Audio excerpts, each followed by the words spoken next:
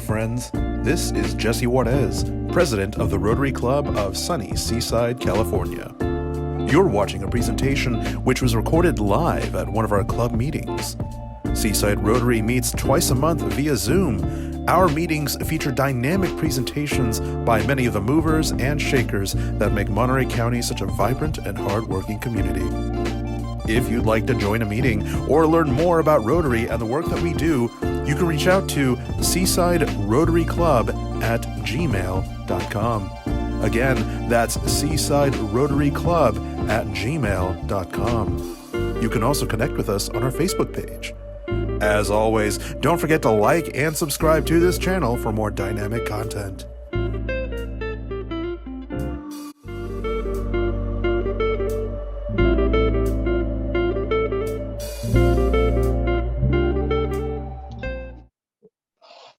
Fantastic. And now I'm going to go ahead and mute all attendees with the exception of our guest speaker and my colleague, Mr. Steve McShane. I'd like to give the floor to you to welcome our guest speaker. Sure. Thank you very much, Jesse. Seaside Rotary is very, very pleased to welcome one of our own today. When I think of our speaker, I think of a leader in faith, family, civil rights, development, media, community. The list is long, and it's not every day that we have the chance to get to better know someone that can balance so much and make such a big difference. In Seaside, I think the biggest thing is the Campus Town Project. For many years, so supportive. I think there's a lot of excitement about the 1,400 plus homes, the commercial, the light industrial, the entertainment, the restaurants, and the affordable housing that stand with that project. So I know that there's great interest there. So just such a pleasure to have with us someone that's been so generous and so supportive of Seaside. And that's our speaker today, Danny Bakewell Jr. So please help me in welcoming our speaker. Thank you, Steve. It's a pleasure to be here, and I will make sure that I bring you with me for any introductions that I have moving forward. You did such a wonderful job.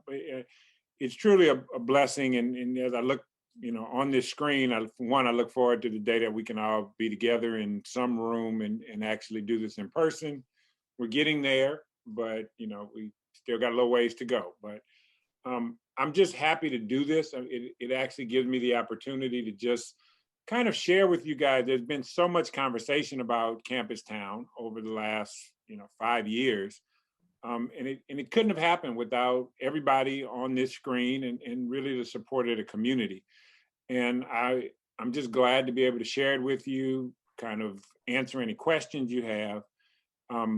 And I'll tell you something else we're going to do, but it's part of my presentation. So I'll just wait until we get to that part of the presentation. But I'm just honored to be here, glad to be in front of friends and kind of test out my presentation before a friendly crowd, before I get in front of a hostile crowd, as they say, and go from there. So I thank everybody from Seaside Rotary and all of you for just your years of support in everything that we've done in the city of Seaside. So whenever you're ready, Jesse, you can start the screens and we'll just kind of move along. So. Sounds good. I'm going to go ahead and share it right now. Can everyone see that okay?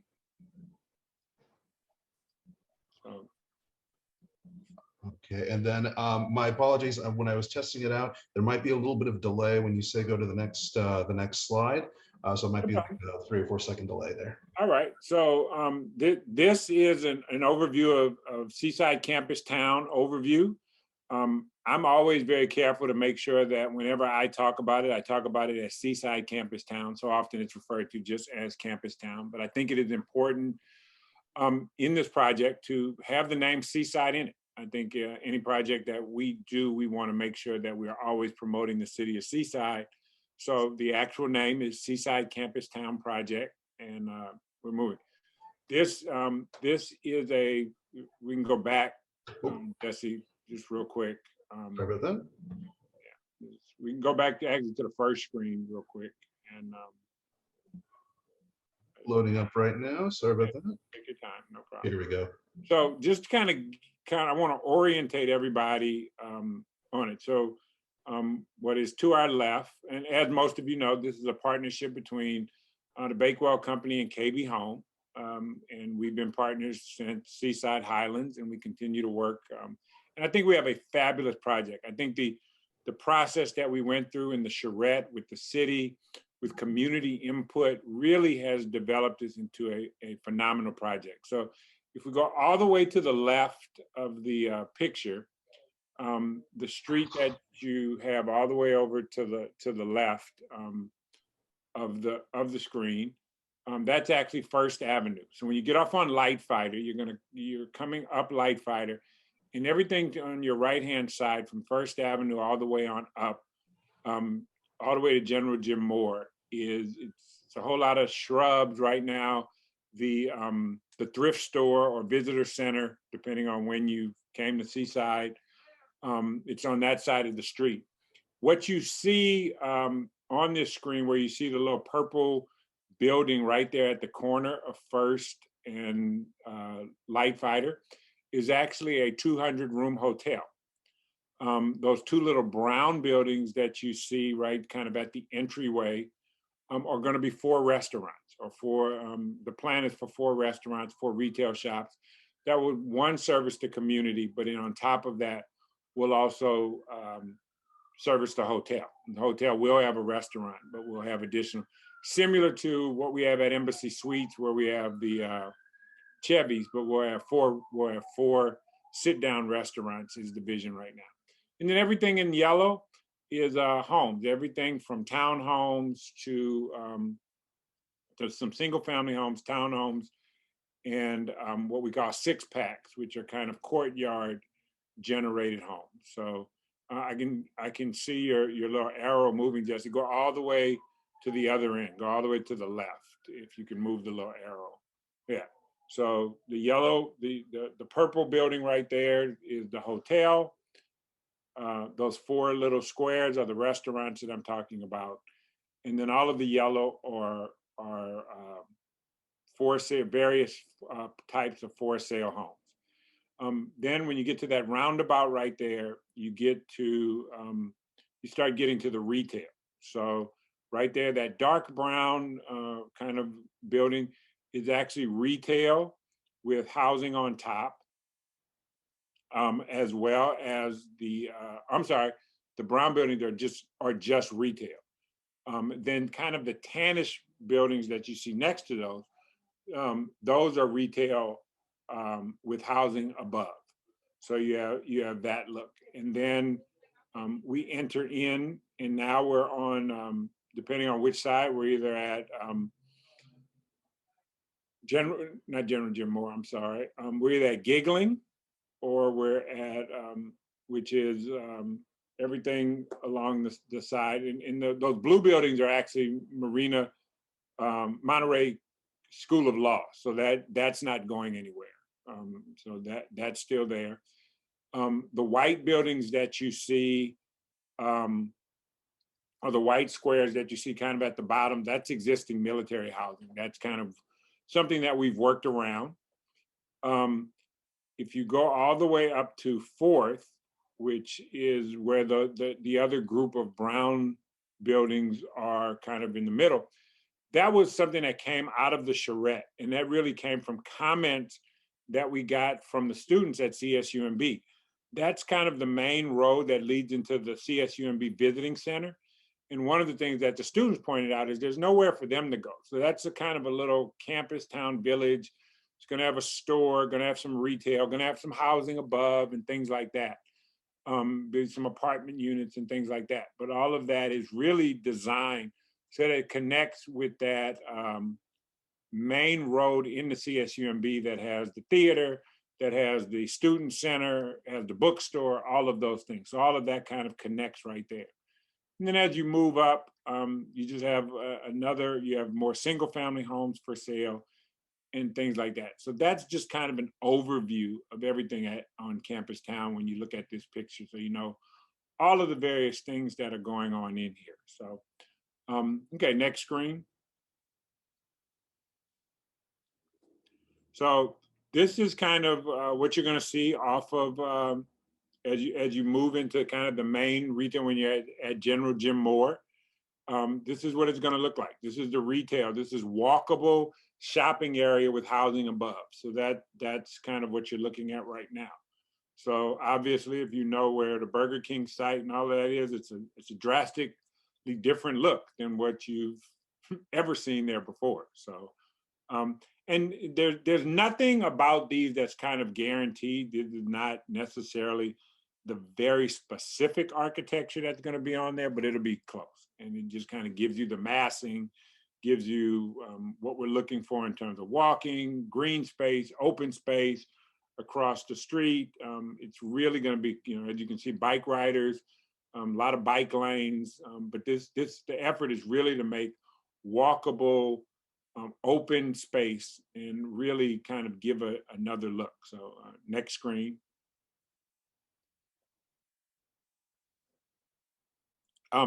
This actually, I think this is probably one of the most incredible areas that we have in all of Campus Town.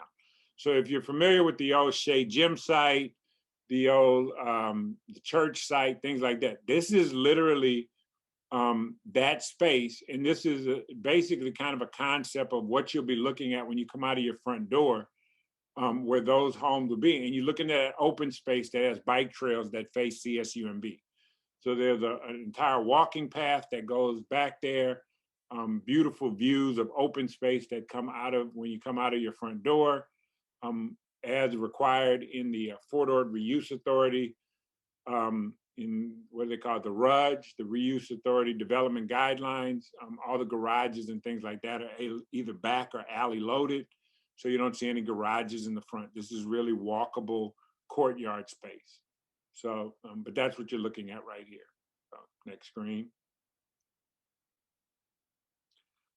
This is some open green space kind of in the center with housing all around, so that when you come out again, you got an open space. It's really a community, so that when you're looking out your door, you can talk to your neighbors, you can walk about, you have a lot of open space to be able to sit and talk. And one developer or one architect who saw this design told me this is one of the most phenomenal mixed-use developments that I've ever seen. You guys incorporated everything that you want in planning an area like this, which made me feel really good. But I have to say, I can't take all the credit. It really goes to the vision of the city, the mayor, the city council, the city manager, and the input from the community that have really made this project what it is. So next screen. So now I want to kind of talk about just some general overview of Campus Town. The overall space that we're working, while it's not 122 acres that we're actually purchasing, the space, and it's including the space that we're not buying, the Monterey Peninsula School of Law space, the Army space, everything. It encompasses in design across about 122 acres. And all of it, as you know, is directly adjacent to the CSUMB campus.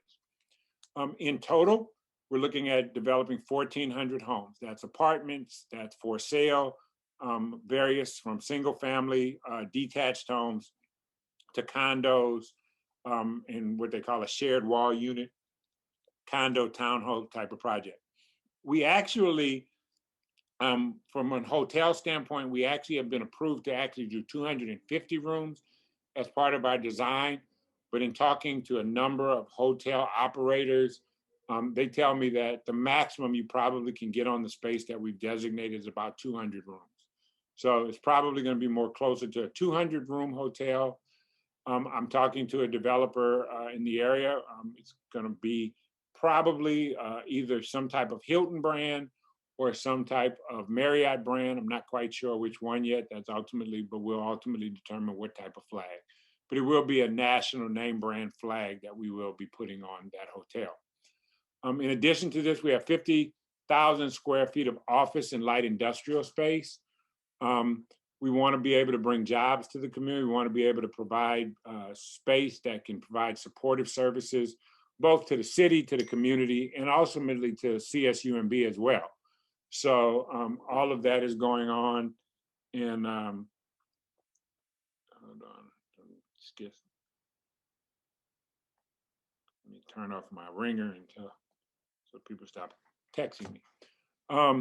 But so we've designed some office light industrial space that really is designed to be able to bring more jobs to the community, bring more supportive services to CSUMB and there.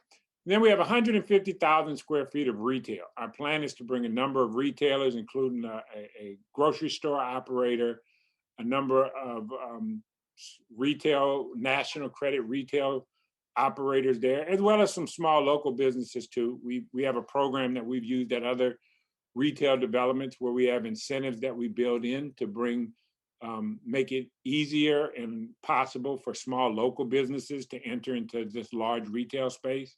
A lot of times those small businesses don't have the ability or don't understand things like CAM and triple net and all those kinds of things. But we have a program that will kind of gradually, they come in at a lesser rent so they can get used to paying CAM and triple net and those kind of things, and they have time to kind of assimilate into an operation like that. So we certainly are going to make way and opportunity for some small local businesses to grow as Seaside and Campus Town grows as well. In addition to that, one of the big things we know is that public space is important. So we have about 9 acres of public open space. We've also got what we call, we kind of have courtyard on the green.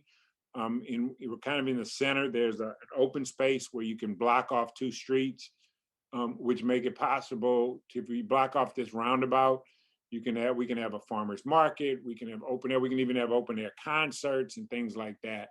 That will be kind of in the center of right off of General Jim Moore.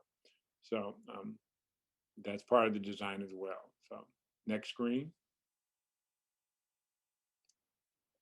So this is just kind of some community benefits. These are always questions I'm always asked, so I want to kind of touch on those. All of these construction jobs on this project will be prevailing wage. It'll give the opportunity for people to make a good wage, get a trade, and open it up. We've had lots of conversation about will this be a union project or not. There's different arguments both ways. I think my commitment first and foremost is to be part of the Seaside First program and make sure that we get Seaside residents the opportunity to be employed, and in working with the mayor and the city council, and even some of our friends at the local labor unions. I think we're going to try to figure that out. But that's the thing that's most important, is that that these job opportunities go to Seaside residents first and foremost. As we know, on Fort Ord and in the city of Seaside, there's a 20% of the units will be designated as affordable. One of the things that I'm planning, I was in a meeting right before I came in here, we're going to actually start having sometime towards in early October, before we ever go to make these units available, or before we even break ground. We're going to start having some educational seminars with people so that they really understand what affordable housing is. Usually when people hear about affordable housing, they immediately think of Section 8 certificates and vouchers and things like that. Whereas affordable housing really has a different look now. The costs are different, the structure is different. I was talking to an affordable housing developer today, and he says, you know, in most of their affordable housing units, the people who are moving in are firefighters, school teachers, police officers, administrative services who work in the city, people like that. So all of that is going to be part of it. And we want to make sure long before we ever get to actually promoting that people understand exactly what the definition and what affordable housing means, either for sale or for rent. They need to understand what that means. So we've also created what we're calling the Seaside Environmental Justice Fund. And what's going to happen is 1.5% of every piece of property sold on Campus Town, that 1.5% will go into a fund that will be used for community benefits and community improvements. We'll be able to fund programs like Seaside Rotary, scholarship programs, so that we don't have to leave any other kids. We'll have more money to be able to give more scholarships out. But we'll also be able to do major community improvement. We'll be able to do improvements at not only parks in Campus Town, but in parks throughout the city. It's going to have a board of directors. It's going to be a 501c3 nonprofit, and ultimately it'll be run by a select group of community members, including some residents of Campus Town, but also some residents not as part of Campus Town. So that's kind of what we're doing. We also, as part of our agreement, we're allowed to do 45 units of affordable housing off of Campus Town.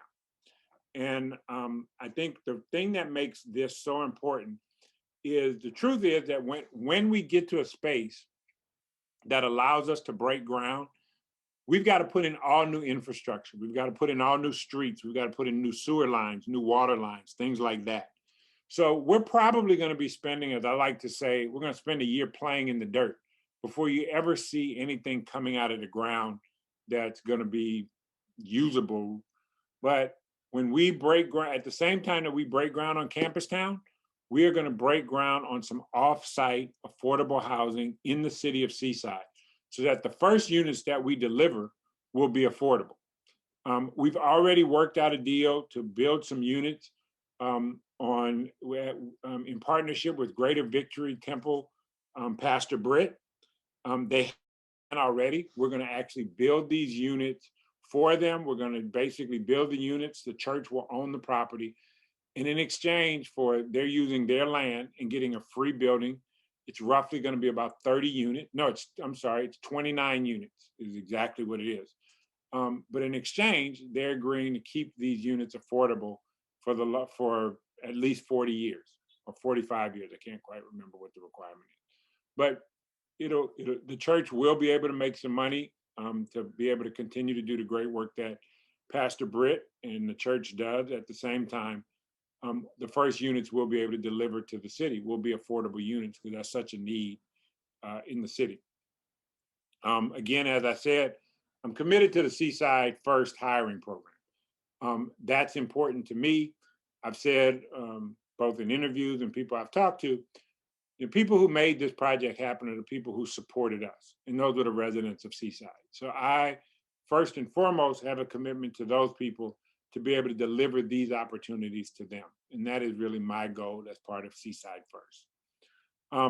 One of the things that we will be doing probably in the last quarter of this year, we're going to start hosting some employment fairs, some contracting fairs, and vending fairs. So we can begin to figure out what things that Seaside businesses and Seaside residents are able to offer to this project that we can employ, that we can contract with. We want it to be local contractors. I think probably, as many of you know, there's not an abundance of licensed contractors in the city of Seaside, but that doesn't mean that we can't do business in Seaside. I mean, we will be committed to using buying from caterers to buying signs and supplies. I always tell people, look, all you may buy from a local business you may give a big contract to a company that makes t-shirts, but to that company that makes t-shirts to order 500, 1,000, 2,000 t-shirts for everybody on the job site, that's a big contract, and they will appreciate that. And those are the kind of things that we're going to be looking. So it'll be everything, anything that we are doing, buying, spending money on, first and foremost, we're going to be looking to spend it with businesses in Seaside. And that's part of our commitment. We'll also be looking for, people just looking to work, whether they're skilled or unskilled. We're going to be pressuring our subcontractors to hire, from the community. And that's our goal. We'll be working with local programs to provide us and refer people to us so that we have the ability to bring those people on those jobs. So that's important. One of the things that I'm working with a number of really legal people on is the affordable housing. Right now, you can't discriminate and you can't say, well, these houses are only available for people who live in Seaside. That's kind of quote unquote housing discrimination. But what we can do, and what we're trying to just figure out exactly how we can do it, we're going to have a lottery system. And there are ways, everybody can sign up for the lottery, whether you live in Los Angeles, you live in Salinas, you live in Monterey, and you want to qualify for one of the affordable housing units, you can sign up. But what we also can do, and at least we believe, is you can get a second ticket. You can get a second ticket if you already live in Seaside, or if you work in Seaside, or if you work for for you're a first responder, or you provide emergency service. So we're working that out so that we can, quite honestly, tilt the scales of the lottery to those who can qualify and seize those opportunities.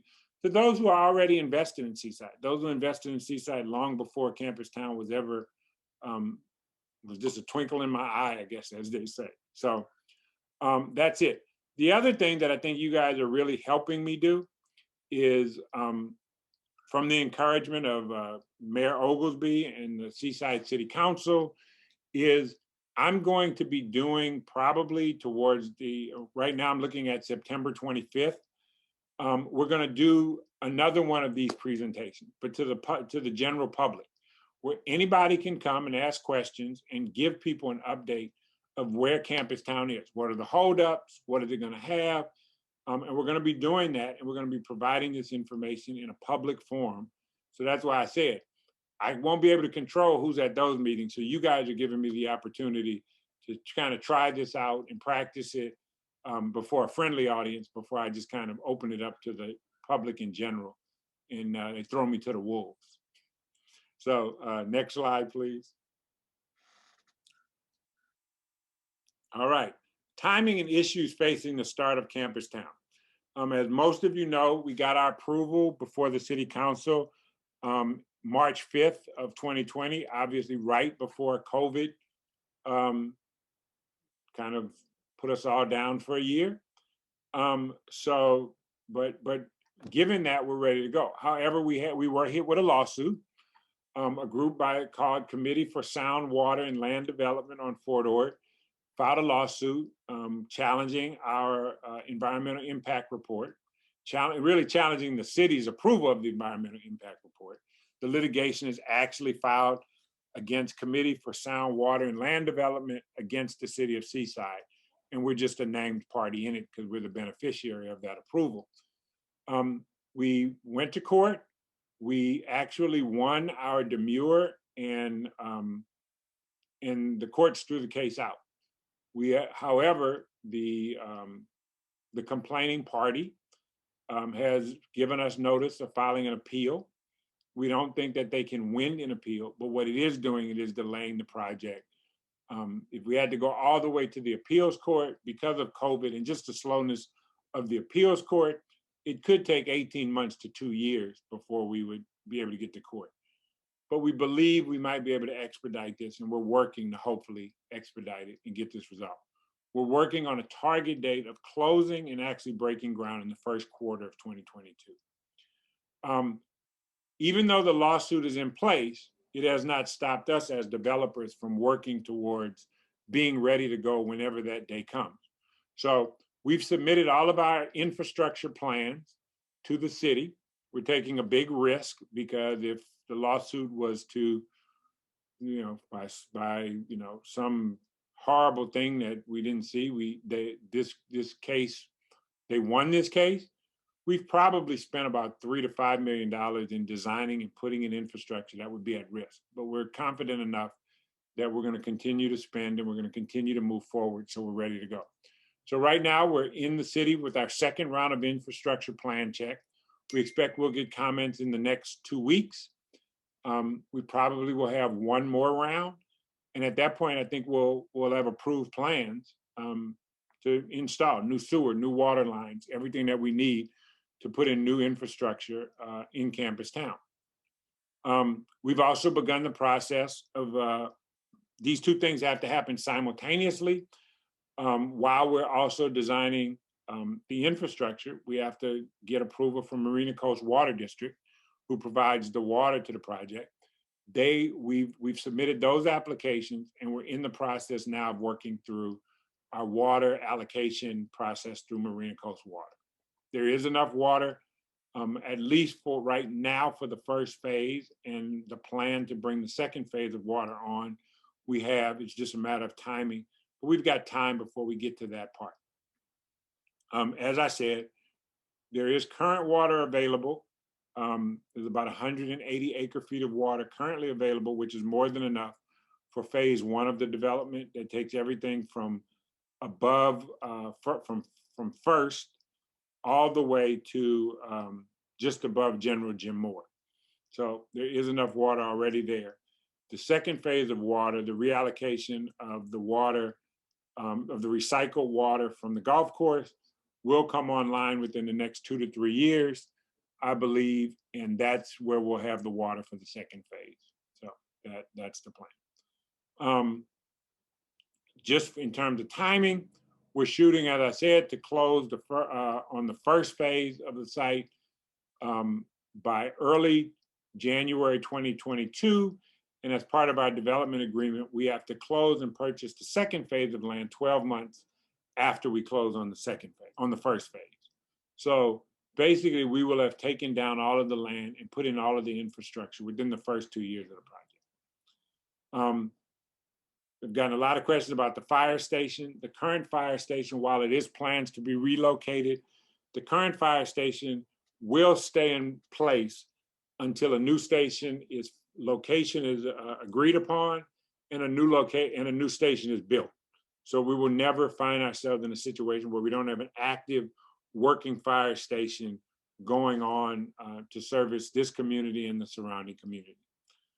As I said before, we're currently targeting and plan to be ready to break ground with all of our plans approved, water allocation, annexation into the district by first quarter of 2022. Next slide. And that is it. So that is kind of the overview of Campus Town. And at this point, I am happy to ask any and all questions that you guys may have. All right, let me go ahead and stop the screen share here. Perfect. And looks like we have a few comments in the chat box window. Let me go ahead and open that up real quick. Let's see. First comment. Hey, Danny, any time frame for the groundbreaking? I know you already kind of mentioned. Yeah, so just kind of give everybody a more of an elaborate time. So we think we're quite honestly, I'm really pushing, even though I kind of hedge my bet. I'm pushing for a groundbreaking in January of 2022 is really my goal, but I'm going to tell everybody else, except I'm here amongst friends, the first quarter of 2022. I think it's going to take probably 8 months to a year to get all the infrastructure in. So I would expect you to see the model home park and units actually being built probably late 2022 to early January 2023. We're giving ourselves a year to get all the infrastructure and start building actual units. So that's what we're looking at. Excellent. Well, glad to see that the plans are coming together here. Got another comment here. This looks amazing and will be a great addition to the area there. I certainly second that. Next item. Where exactly is Main Gate connected to Seaside Campus Town? Okay, so there is no actual connection. The difference is when you get off on Light Fighter, everything from First all the way up to General Jim Moore on your right-hand side is Campus Town.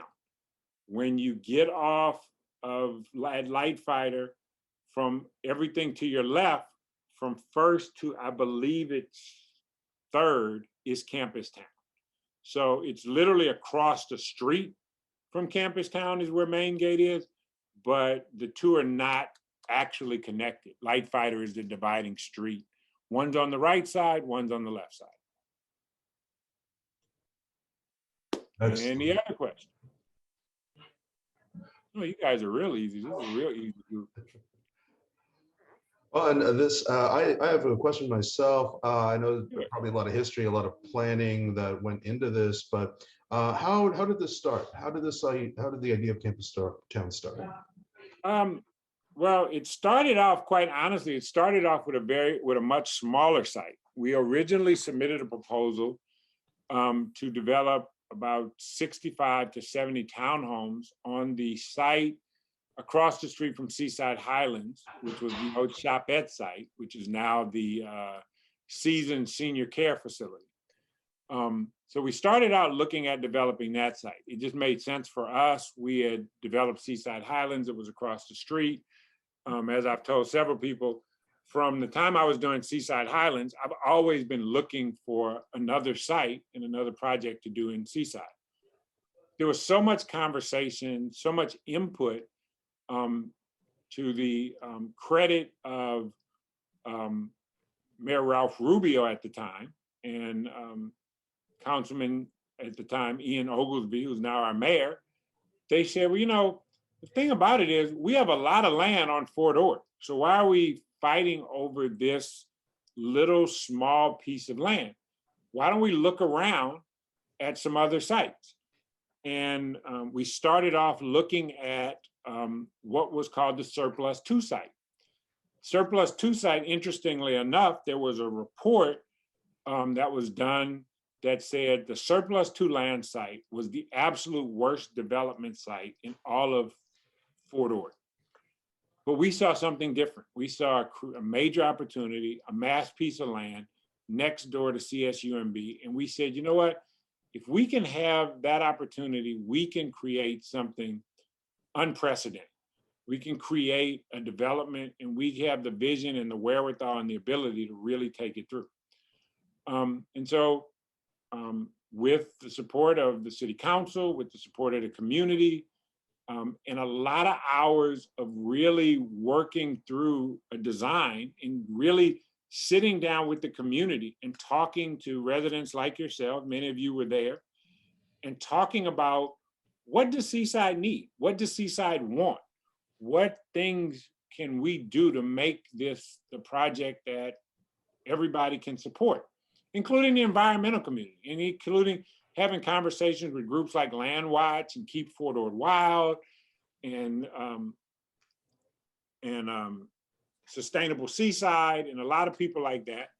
We took all of that information and had a lot of little public comment, and we ultimately developed what you see here today.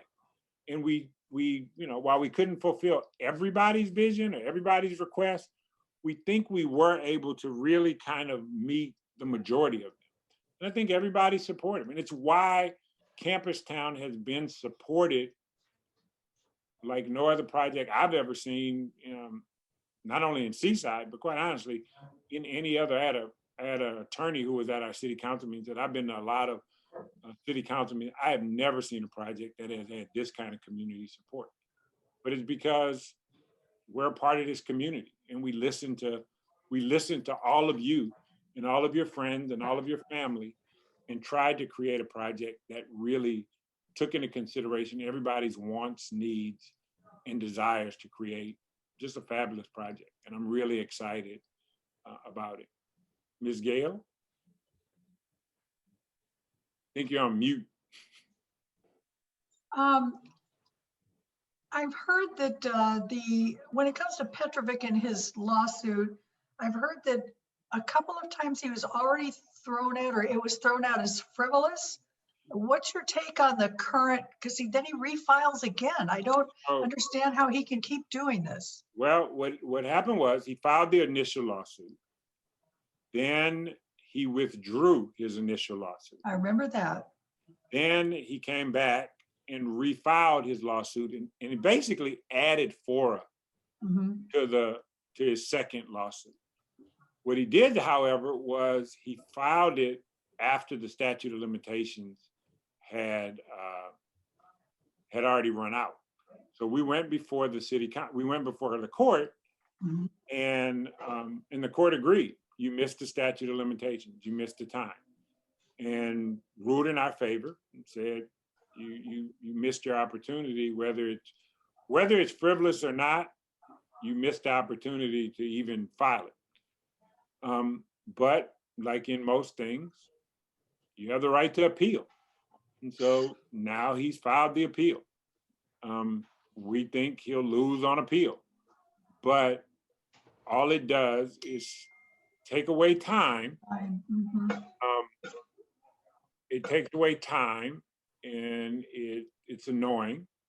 Yeah. And in essence, it deprives the city of Seaside and the citizens of Seaside from really having what they want which is a quality development. He's just, and I don't, I mean, look, I've heard and read the articles like all of you that it's Petrovich behind it or whoever it is. They are just bothering. They are just, hating on Seaside. That's all. Yeah, it sounds like just almost a grudge. Yeah. So. One more thing. You said you wanted to know what people want here. From what I can tell from my circle of friends, the one thing that Seaside lacks the most is real shopping when it comes to, we all love the mom and pop and we all love the little unique stores, but we like here some name stores that we recognize that people go to consistently, that they use every day. They don't have to go to Del Monte. Yeah, I think that's our goal. Yeah. And look, there's always the cart and the horse kind of conversation, or chicken and the egg. As a guy who does a lot of retail, works with a lot of national credit retailers throughout the country, I've shared this site from day one. And quite honestly, all the retailers have asked me the same question, which is, where are the rooftops? Between, not in Seaside, but between Sand City and Marina, there's already a lot of retail there. And for retailers to come, they need rooftops, they need shoppers. So the question always becomes, do you put you can't get the retailers without the rooftops, but rooftops are harder. They're more expensive to a city, and the city needs retail in order to pay for it. Yeah. So it's a balance, and we think we've found that balance. We've struck that balance, and we're going to we are looking, and I am talking to a number of national credit retail businesses. The majority of retailers that we will have will be national credit retailers that you all know. But at the same time, we don't want to block out and create we don't want to block out the local businesses who have invested. So we want to keep that balance. Absolutely. Thank you, Danny. Fantastic. Well, thank you so much. And I do apologize. It is 12:52 for the sake of respecting the time frame. I think that's all the time we'll have for questions. Danny, I just want to say thank you so much. Looking at these plans, looking at just everything that's coming in the pipeline, and not to mention the amount of work that has been put into this by yourself, by so many individuals, it's very humbling. I gotta say, I remember growing up in Salinas. As a little kid, I would drive by, fields and fields, and my father I would see the construction over in North Salinas, and my father would look and say, all this is going to be, these are going to be houses, this is going to be this, is going to be that. And I can only imagine now that young Seaside residents are going to be driving by, and then another 10, 20 years, they'll be able to see the fruits of these of your labors there. So I just want to say thank you for sharing this with us, and thank you for all your hard work to better Seaside. Okay. Thank you all. Thank you for your support. Thank you for this opportunity just to share with you, and look forward to seeing you all soon. Fantastic. All right, Danny, much appreciated. I'm going to go ahead and stop the recording function now.